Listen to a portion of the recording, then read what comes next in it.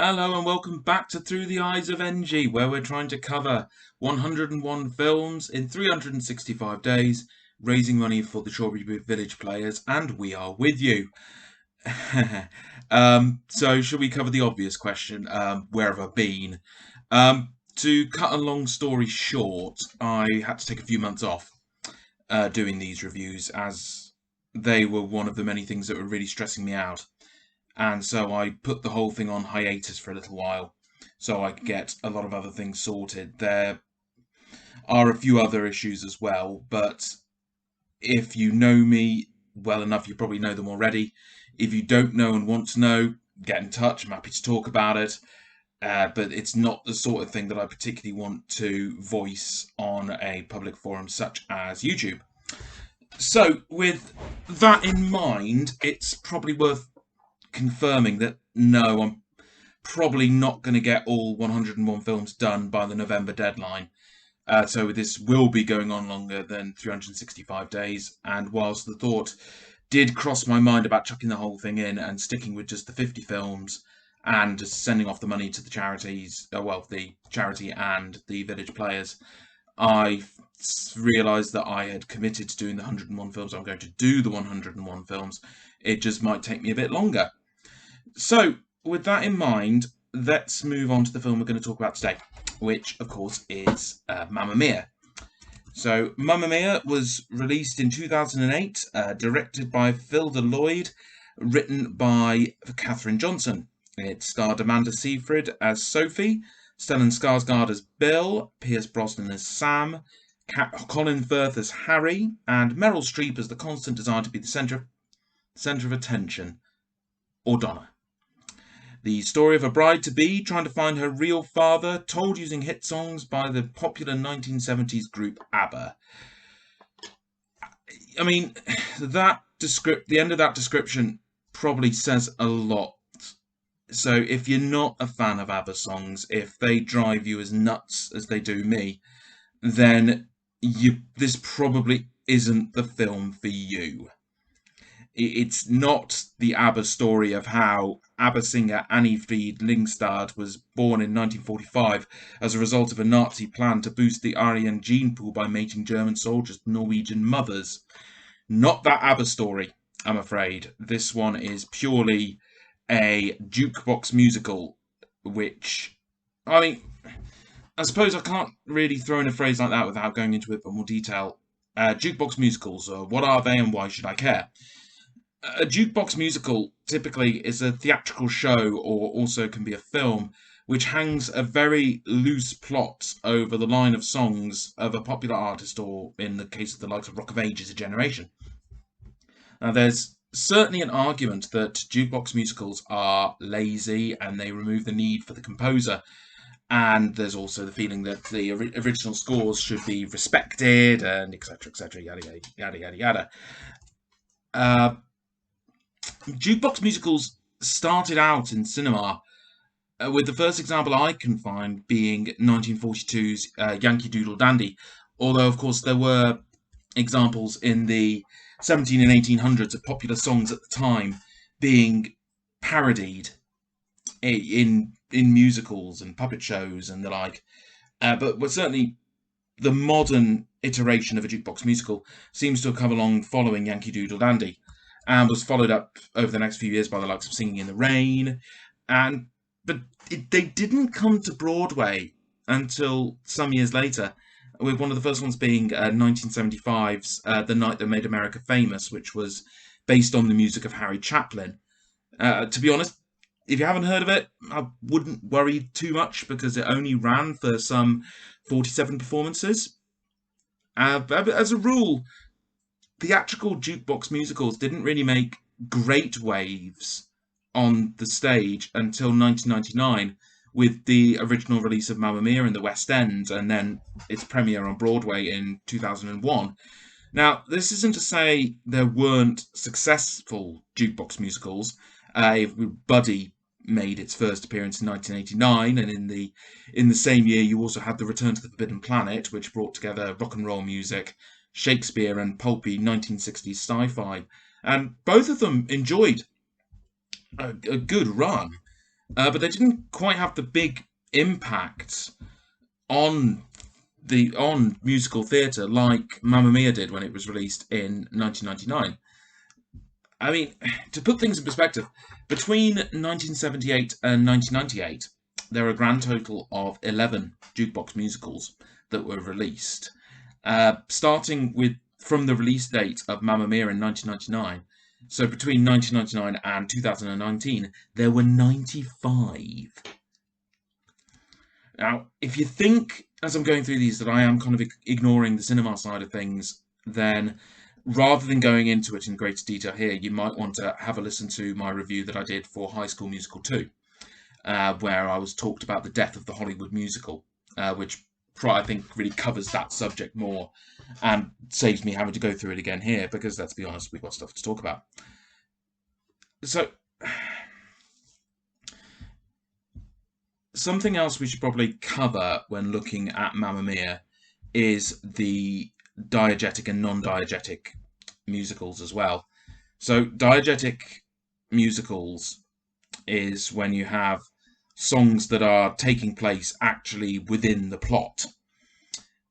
So a non-diegetic would be where the characters in the musical aren't aware that they're singing a musical. That musical number is not part of what they are doing as part of the plot.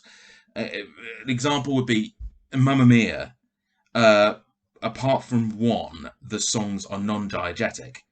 When Meryl Streep is singing "The Winner Takes It All," it is other characters aren't going to turn around and see her singing on the mountaintop. She is not aware she is in a musical. Whereas when they do Super Trooper at the hen party, that's a diegetic number, because that is a band performing a song within the world. For other examples, if you look at Chicago, the first and the last songs of the musical are, in the film anyway, are diegetic. They're being performed live on stage within the world, whereas the other songs in Roxy's Imaginations are non-diegetic. So now that you've had your little lesson in small parts of musical theatre, let's look more closely at Mamma Mia.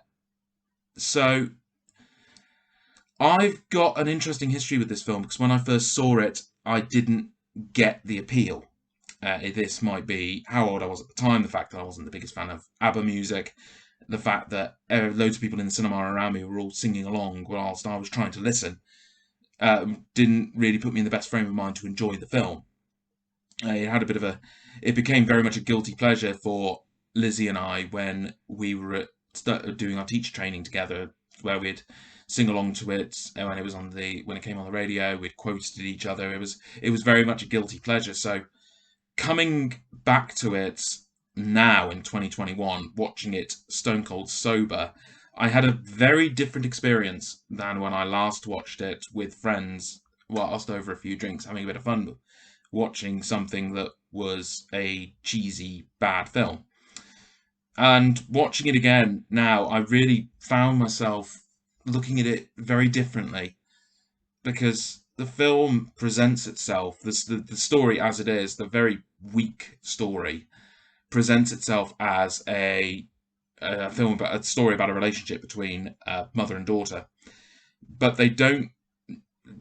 Donna has one scene with Sophia about 2/3 of the way through when she sings "Slipping Through My Fingers" very well, and I realised this is the first kind of scene they've really had together. The rest of it has just been all over the place with slapstick comedy, drunken celebrity karaoke, and just meandering empty space, really. And that song kind of gave a shot of what could have been a very different film. And I mean, speaking of the singing, we really have to talk about the singing in Mamma Mia, because it's one of the things that the film's really kind of known for, is the fact that not many cast members can sing. Now, I'm not a great singer by any stretch of the imagination, but that being said, drunken celebrity karaoke is what we have with Mamma Mia. intending to name and shame people's actors in the film specifically, who I'm sure tried very hard in this film. And I will say this much. The cast of the film do look like they're having a good time. But Pierce Brosnan can't sing.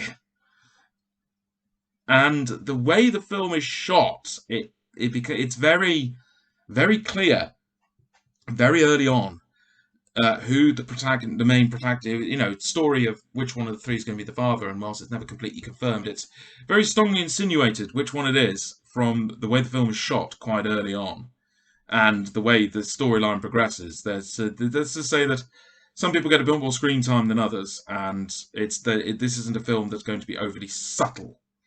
But then it's Mamma Mia. It's a jukebox musical about ABBA.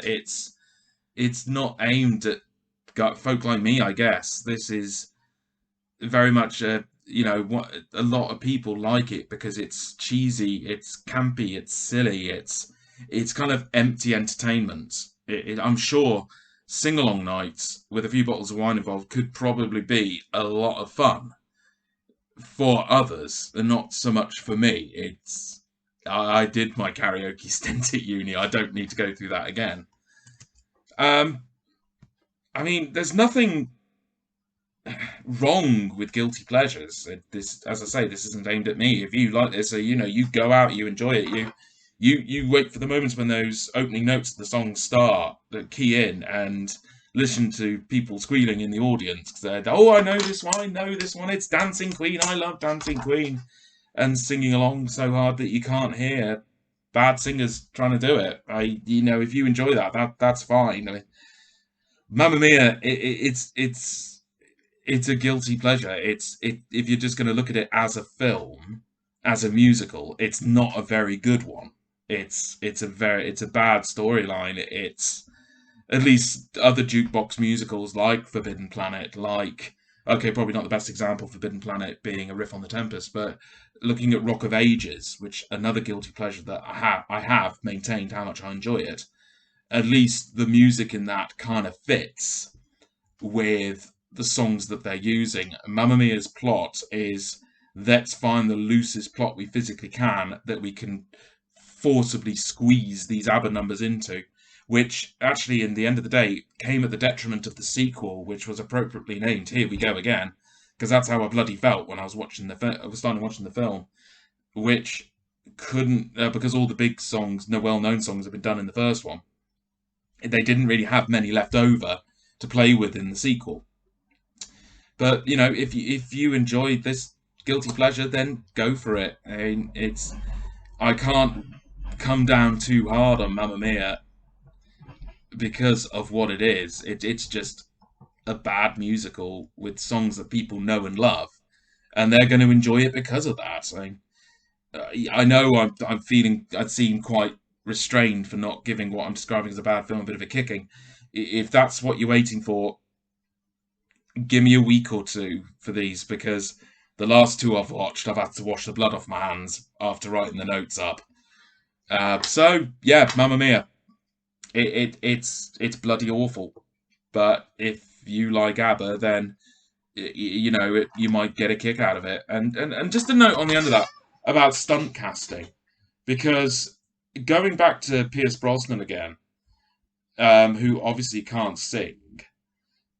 Stunt casting, as I'm sure we've talked about before, is casting based on an actor or performer's personality or star power rather than their actual ability.